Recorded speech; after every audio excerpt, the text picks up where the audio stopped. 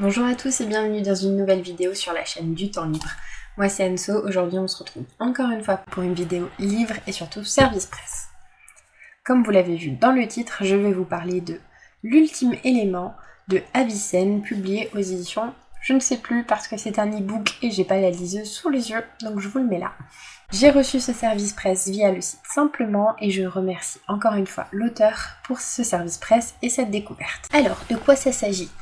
C'est un court roman, ça pourrait même être qualifié d'une longue nouvelle, après ça fait quand même une centaine de pages je crois, donc on va dire un court roman, très porté quand même sur la religion, sur la philosophie, mais ça fait réfléchir.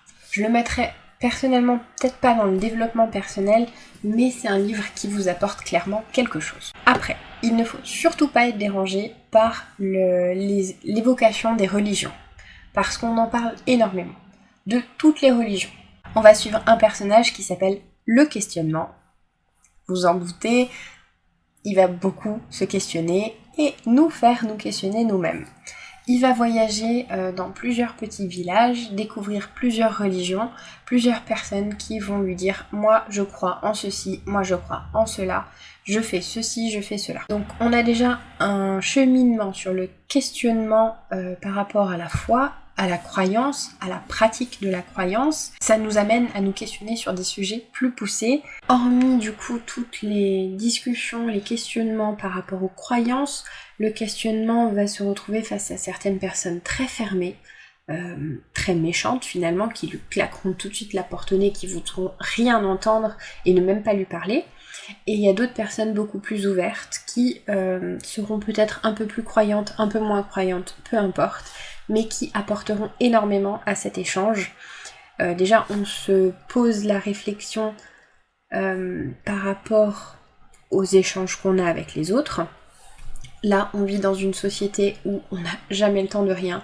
Des fois, on peut nous interpeller dans la rue, on dit « non merci, j'ai pas le temps », on n'écoute même pas ce que la personne a à dire. Et on n'imagine pas du coup ce qu'elle peut ressentir en étant là, à chercher à parler à quelqu'un, à avoir une discussion. Et finalement, on referme les portes juste devant notre nez.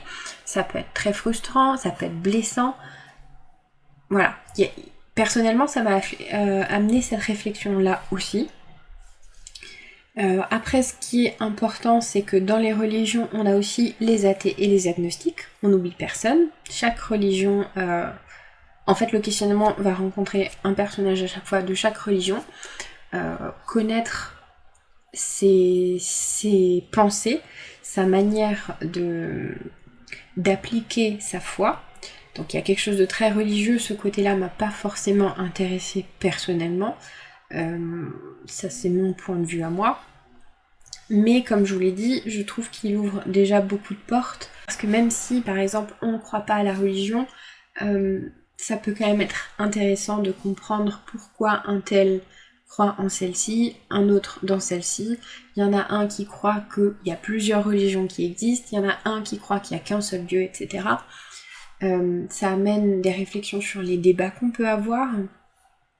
J'ai trouvé ça aussi très intéressant. On voit aussi passer le temps et on se rend compte de l'évolution des mœurs. Il y avait un village, par exemple, qui ne croyait pas en la religion, en rien du tout. Mais au fur et à mesure, des gens sont venus, ils ont discuté et ça a amené des croyances. Donc il y a une évolution par rapport à ça. C'est-à-dire que rien n'est figé dans le temps. On peut très bien être catholique et puis après s'intéresser à une autre religion et se rendre compte que oui, d'accord, il y en a peut-être plusieurs, accepter les croyances de l'autre, etc. Voilà, sans rentrer dans un débat, hein, ça ne m'intéresse pas. En tout cas, ce que j'en retiens principalement, c'est déjà, j'ai trouvé génial que le personnage s'appelle Le Questionnement.